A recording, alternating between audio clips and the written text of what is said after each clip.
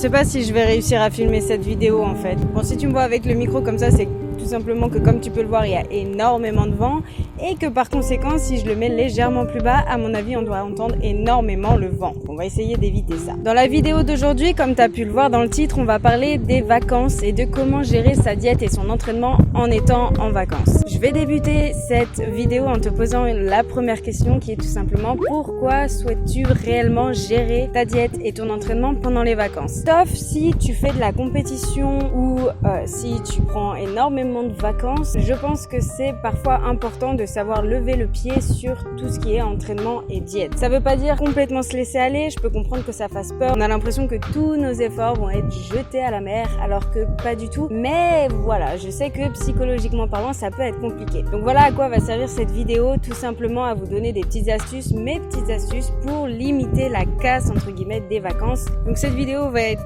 divisée en deux parties. On va avoir une première partie pour l'entraînement, mes astuces pour gérer l'entraînement, et la deuxième partie, mes astuces pour gérer la diète. Pour gérer l'entraînement, selon moi, il y a 3 choses que tu vas pouvoir faire.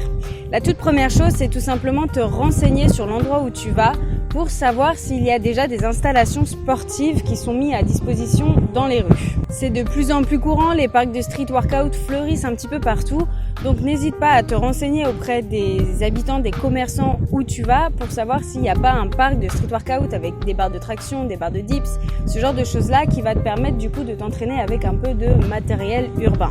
Mon deuxième conseil, c'est tout con, mais c'est d'investir dans un petit peu de matériel. T'as pas besoin de 36 000 choses non plus, mais par exemple, pourquoi pas investir dans des anneaux que tu vas pouvoir trimballer un petit peu partout et qui va te permettre de faire différents exercices avec. Un TRX, des élastiques, des petites barres de parallèle, ce genre de choses-là, qui vont te permettre, avec juste un arbre, une barre en hauteur, parfois il y a aussi des cages de foot où on peut accrocher les trucs, de t'entraîner tout le corps avec. Mon troisième conseil, astuce, c'est tout simplement accepte de varier un petit peu ta pratique. En plus, ça peut vraiment faire du bien à ton corps de faire un petit peu d'autres choses que ce qu'il a l'habitude de faire. Donc par exemple, si tu as l'habitude de t'entraîner en salle, on profite de ce temps un petit peu ailleurs pour entraîner autre chose. Pourquoi pas entraîner ton cardio à aller courir, pourquoi pas entraîner un petit peu ta souplesse ou essayer d'avoir des figures un petit peu stylées, des pompes un peu explosives ou un handstand, quelque chose comme ça. Habitue-toi avec ce que tu as sous la main d'adapter un petit peu ta pratique physique. Et avec tout simplement des escaliers ou un banc, tu vas pouvoir faire quand même pas mal d'exercices. Voilà, c'est à peu près mes conseils assez globaux pour l'entraînement en vacances. Pour moi, c'est réellement important quand même de faire une coupure, de faire une différence. On est quand même en vacances, donc accepte de réduire la quantité ou l'intensité de tes entraînements et pourquoi pas de tester de nouvelles choses.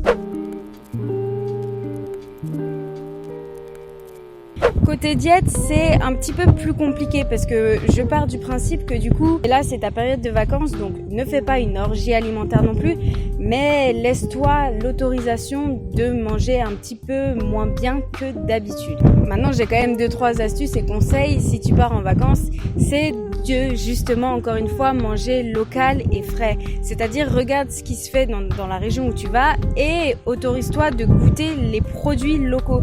Pareil, quand tu vas dans les restaurants, demande quels sont les produits frais, quels sont les produits de saison et essaye de favoriser ces produits-là. N'hésite pas également à aller faire les marchés pour avoir des produits encore une fois frais et locaux. Et le petit conseil que j'aimerais te donner également, c'est ne t'oblige pas à manger tes repas aux heures fixes que tu manges d'habitude, mais écoute réellement ta faim. Si t'as pas faim, mange pas.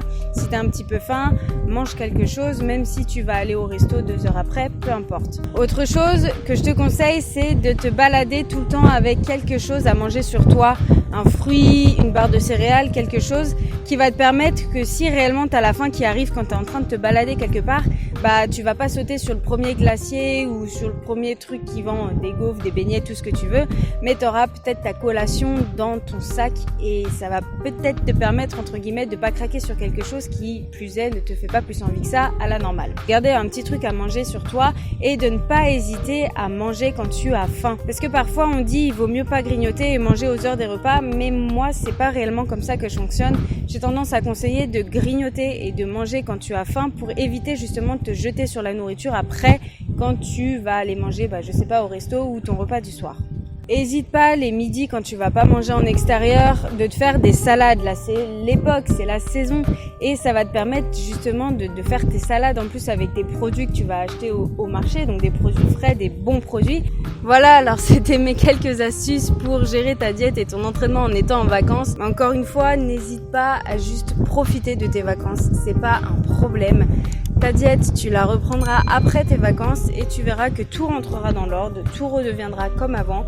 Donc n'hésite pas juste à te faire plaisir pendant cette période-là qui est ta période à toi, ta période de repos. Voilà, cette vidéo était très compliquée à filmer. J'espère quand même que ça va rendre assez bien. Je suis désolée pour tout ce vent. Je ne sais pas quand il y aura une prochaine vidéo, mais en tout cas, on se retrouve très bientôt. Profite bien de tes vacances. Tu peux maintenant t'abonner en cliquant juste ici, puis regarder une autre vidéo qui devrait te plaire. À bientôt.